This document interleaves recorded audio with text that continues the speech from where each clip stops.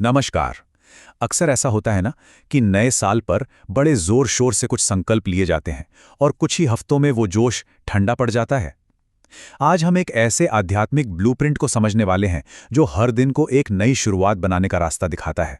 ये एक दिन के जश्न की बात नहीं है, बल्कि ये एक ऐसी गहरी स्थायी सफलता की बात है जो हमारा स्वभाव बन जाए।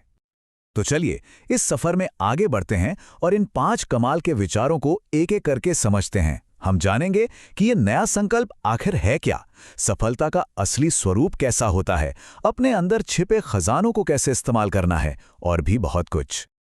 तो सबसे पहली बात जो हमें समझनी है वो ये कि हमें नए साल के संकल्प की पूरी सोच को ही एक नया रूप देना है। ये बस एक दिन का त्योहार नहीं है, बल्कि एक ऐसा बदलाव है जो हमेशा हमारे साथ रहे। अब देखिए, यहाँ एक बहुत ही कमाल का फर्क बताया गया है। एक तरफ है दुनियावी नया साल, जहां एक दिन के लिए दिए जलते हैं, थोड़ी देर उत्साह रहता है और फिर सब पहले जैसा हो जाता है।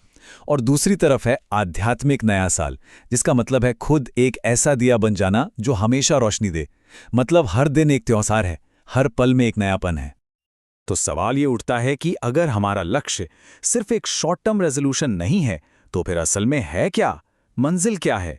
जवाब है सफलता का जीता जागता स्वरूप बन जाना। इसके लिए एक बहुत ही सुंदर शब्द इस्तेमाल हुआ है, सफलता मूर्त।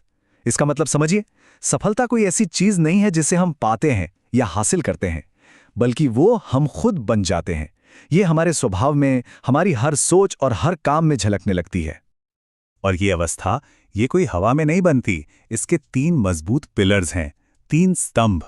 पहला, अखंड महादानी, यानी बिना रुके देने वाला बनना।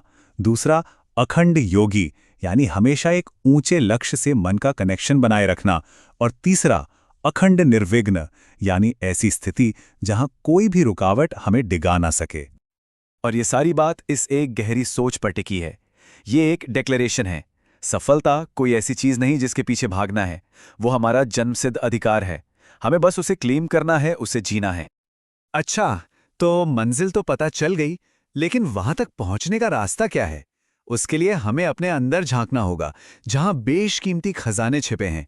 चलिए देखते हैं कि उन्हें इस्तेमाल कैसे करना है। और तरीका बहुत ही सीधा सा है, बस 3 कदम हैं। पहला, अपने खजानों को पहचानिए, हमारा समय, हमारे संकल्प, हमारे गुण, हमारी शक्तियां। दूसरा, इन्हें व्यर्थ गंवाना बंद कीजिए।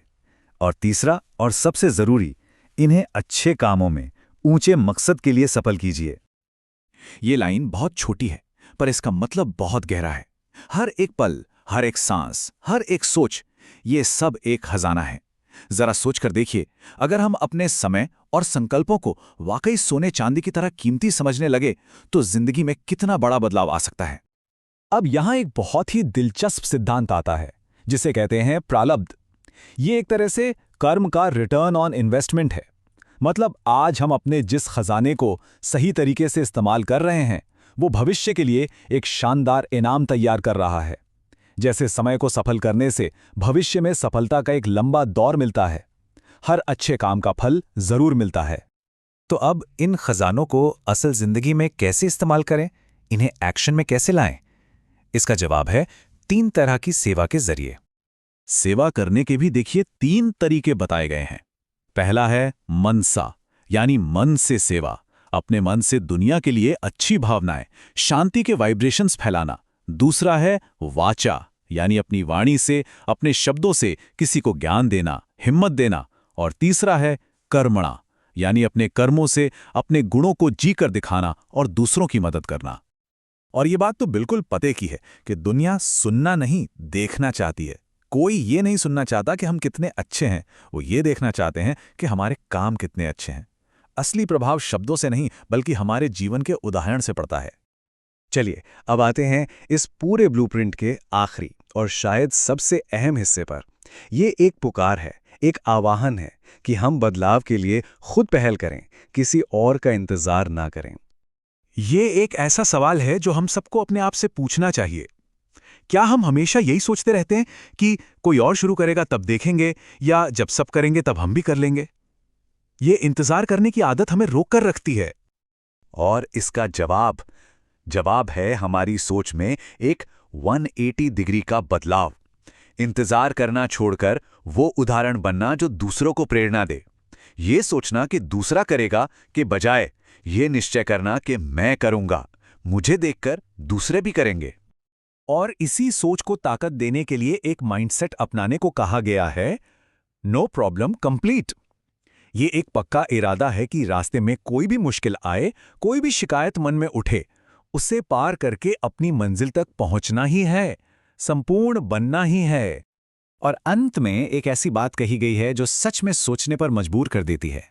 इस माइंडसेट का सबसे बड़ा टेस्ट क्या है कि जो हमारी निंदा करे, जो हमें बुरा भला कहे, हम उसे भी बदले में अपने गुणों की माला पहनाएं, यानी अपनी अच्छाई ना छोड़ें। तो असली सवाल ये उठता है कि क्या इस सबसे बड़ी चुनौती को स्वीकार करने की हिम्मत हम में है?